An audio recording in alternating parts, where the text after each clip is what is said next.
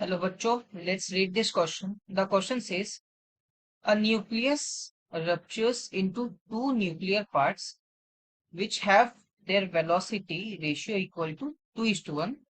Then what will be the ratio of their nuclear size, nuclear radius? So इस question में हमारा की concept हो जाएगा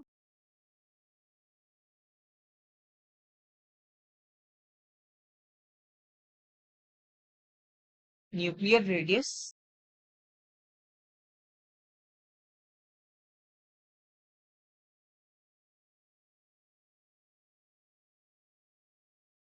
और law of conservation of momentum भी हम यूज कर रहे होंगे यहाँ पे।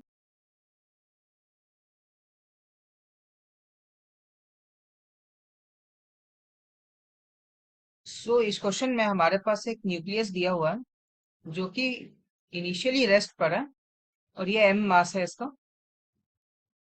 ये ब्रेक करता है into two parts with m1 मास और m2 मास। इन दोनों की वेलोसिटी v1 ले लेते हैं एंड v2 ले लेते हैं। So law of conservation of momentum अगर हम लगाते हैं तो इनिशियल कंडीशन में m मास थी इनटू वेलोसिटी 0 थी mv equal to finally m1 v1 plus m2 v2 है। सो यहां से लिख सकते हैं दैट v1 बाई v2 ये जो रेशियो होगा ये इक्वल होगा minus of m2 by m1। यहाँ माइनस साइन इसीलिए है क्योंकि ये दोनों वेलोसिटीज ऑपोजिट डायरेक्शन में होगा जिसको हम इग्नोर कर सकते हैं रेशियो लिखने में माइनस साइन को।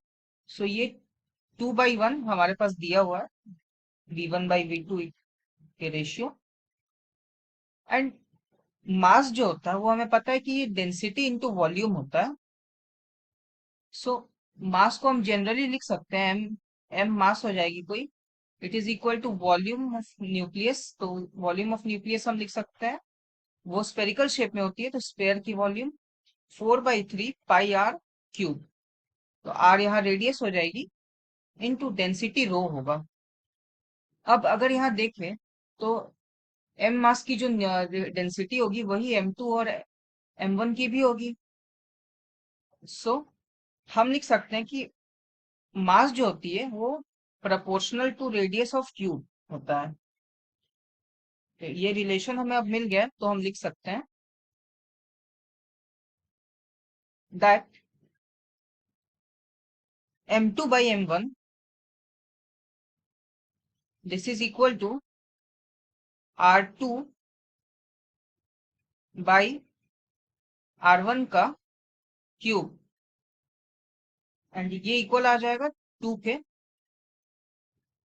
यहां से अगर r1 बाई r2 करते हैं सो 2 की रेसिप्रोकल हो जाएगी एंड इस पे क्यूब रूट आ जाएगा।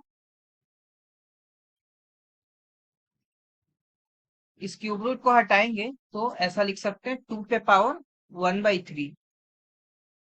सो ऑप्शंस में मैच करेंगे तो option D is the correct answer. Hope you understood it well. Best of luck.